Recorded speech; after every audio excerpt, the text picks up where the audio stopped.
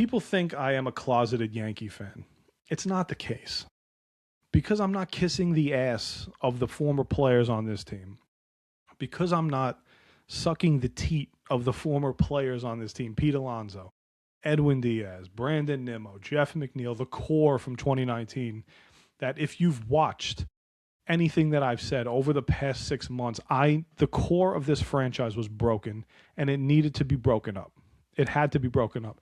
It could not be the same old every single year. 7 years with this core from 2019, 2 playoff appearances, guys. That's this many.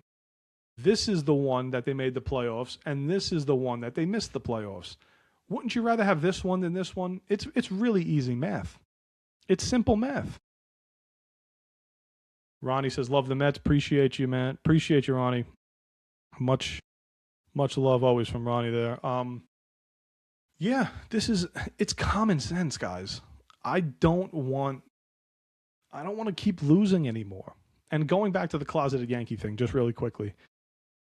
If you've seen my channel and you've seen the videos I put out on the Mets. It sounds like I'm the Yankee fan. Right? I keep saying Yankees.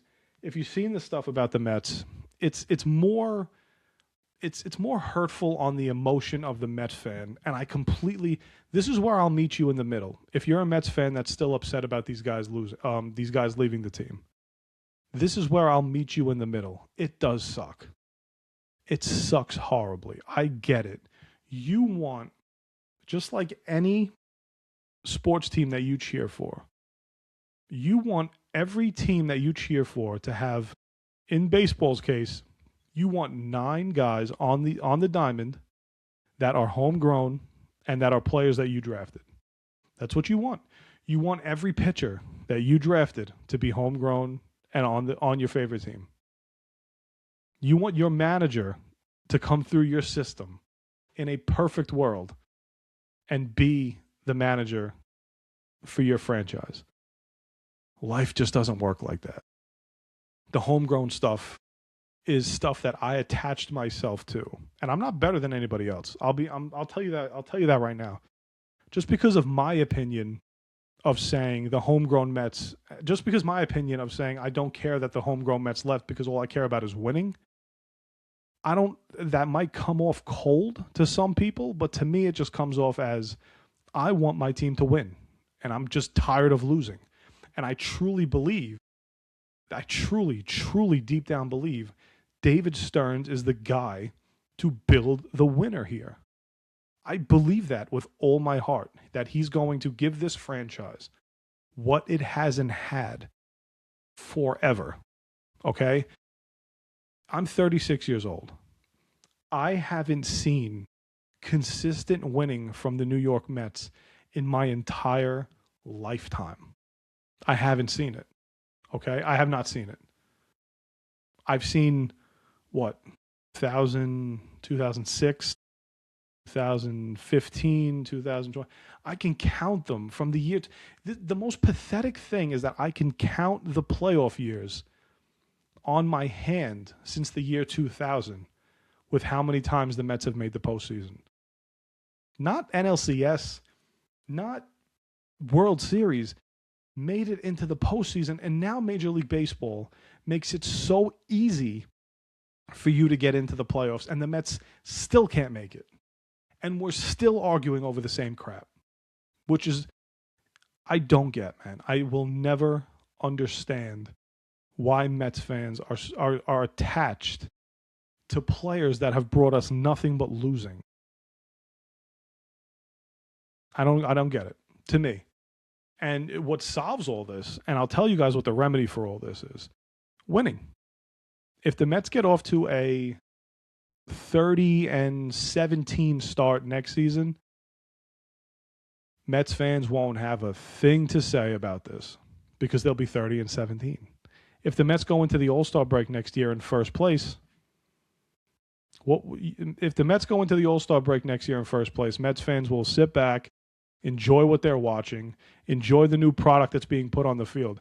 I saw an argument between two people on Twitter, or X, whatever the hell it's called now. I saw an argument, and the one guy said the greatest response that I've seen so far. One person wrote, "This I'm not going to know what this team's going to look like. It's going to be completely different going into spring training." And the guy's response was, "Good. Finally, maybe we can now build a team that won't collapse at the end of the season." You could say it was pitching from last year. You could say it was the hitting from last year. You could say it was the pitching from 2 years ago. 2022, they had an all-time collapse, owning the National League East for 5 months. 5 months. And in 2022, when you go back to the pitching, Chris Bassett, Taijuan Walker was an all-star that year. Chris Bassett, Max Scherzer, Jacob deGrom when he got off injury. The Mets had the 7th best ERA in baseball in 2022. They were first. The New York Mets were first in strikeouts in 2022. David Stearns was in Milwaukee making the playoffs back then. So you want to know what David Stearns was doing? He was getting into the postseason again. All right? They had the pitching. They collapsed again in Atlanta like a bunch of cowards.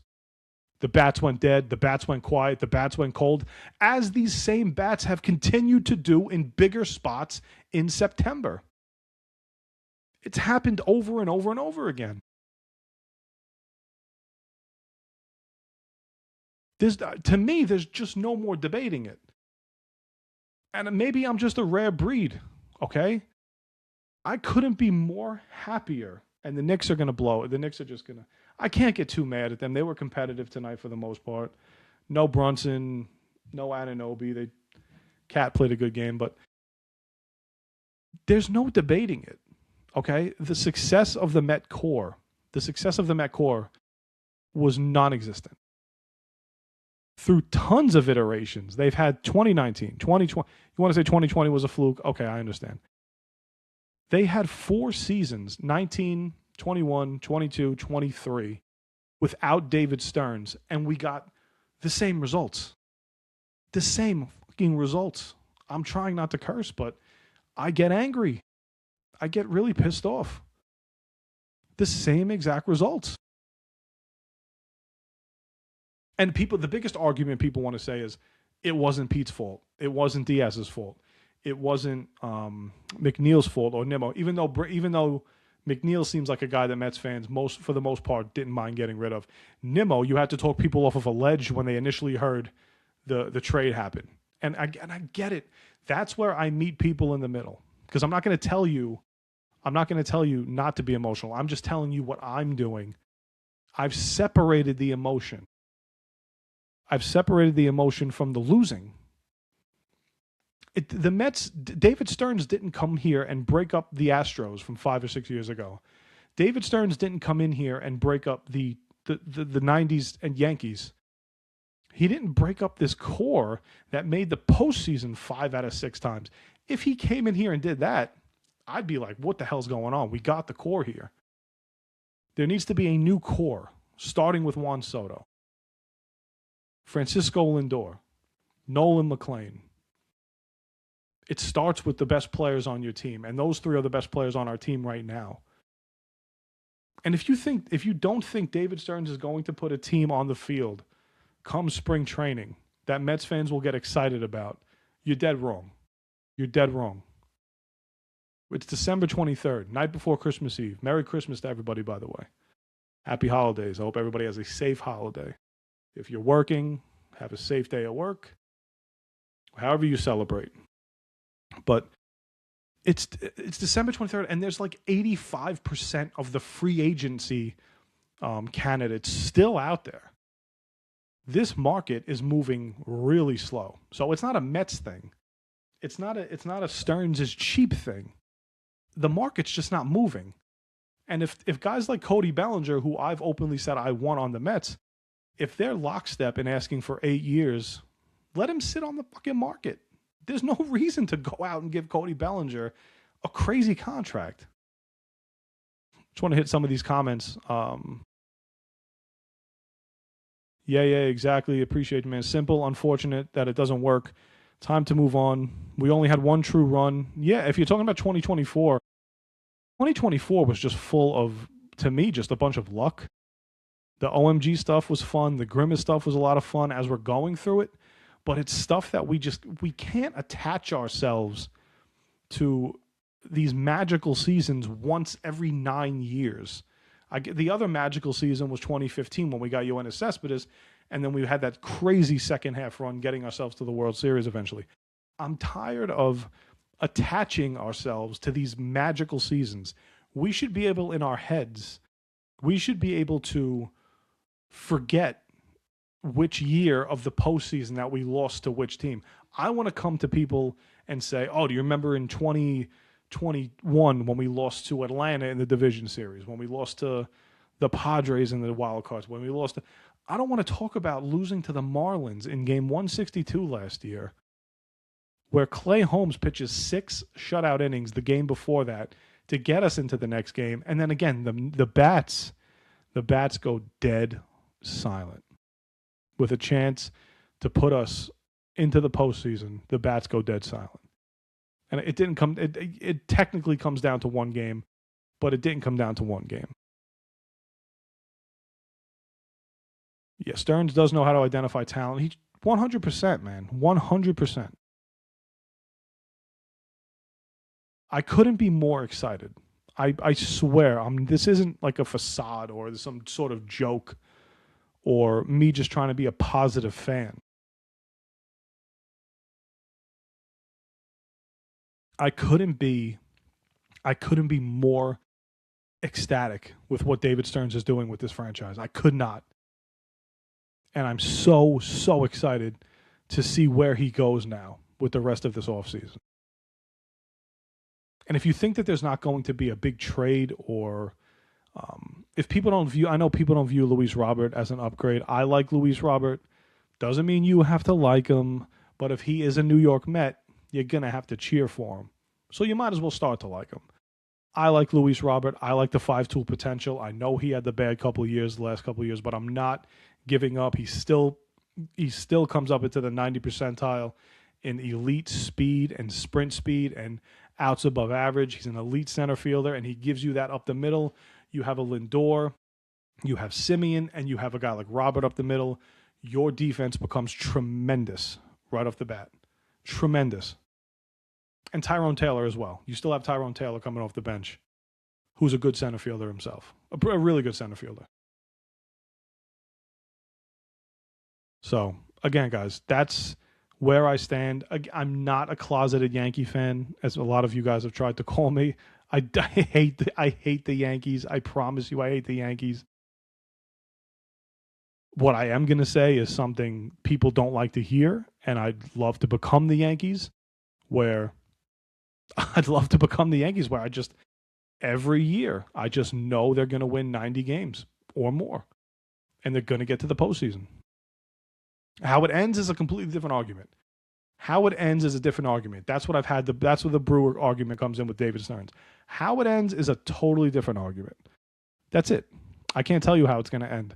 But knowing in the back of my head, back here, knowing in the back of my head, we're getting to the postseason is the most comforting feeling that any team has to feel. The Dodgers have it.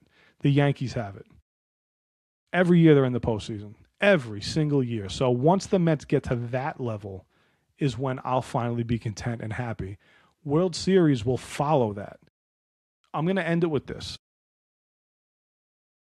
And just tell you the goal for David Stearns, if anybody's curious on what the goal is going to be, the goal is to build, the Milwaukee Brewers in New York. Okay? You build the Milwaukee Brewers in New York, and then you take Cohen's resources, his money, and you top it off. If you built the Brewers and you added Francisco Lindor and Juan Soto to that team right now, would they not be significantly better? Right? If we're just using our heads. That's it. That's the point. Build the Brewers, use Cohen's resources to top off and finish the job. And that's exactly what David Stearns is going to do. Again, I believe in David Stearns. Again, another thing that's been going around, I don't work for David Stearns. He does not pay me. I promise you he does not pay me. I'm not saying this because I work for David Stearns. I promise you guys that. I'm saying this because I truly believe in his baseball mind and his ability to evaluate talent. That's just as simple as that. All right. Instagram, appreciate you guys. YouTube, appreciate you guys a lot. Thank you guys for coming on. And everybody who commented and liked the video, it is much appreciated. Trying to grow the channel on YouTube. And we're doing that every single day, pumping out content. I appreciate every one of you guys that have subscribed, liked, shared, done whatever to keep this channel growing at the pace that it is. So next time I come on, I'll tell you guys when through my story. And then if you guys come on, we could do more Knicks stuff. They're looking like they're going to down 9 with a minute left. I don't think they're going to miss it. Vanessa, what up, kid? Where are my Girl Scout cookies at? Need the Girl Scout cookies. Let's go. Waiting on them. My diet is waiting on them. I'm holding off my diet because I'm waiting for these cookies. Again, guys, thank you guys. YouTube, Instagram, everybody who came on, much appreciated. I'm not a paid actor, Jackson. I promise you that. Merry Christmas. It is not up my ass. Merry Christmas to everybody. Have a safe holiday. If you're working, have a safe day at work. And Merry Christmas, however you celebrate.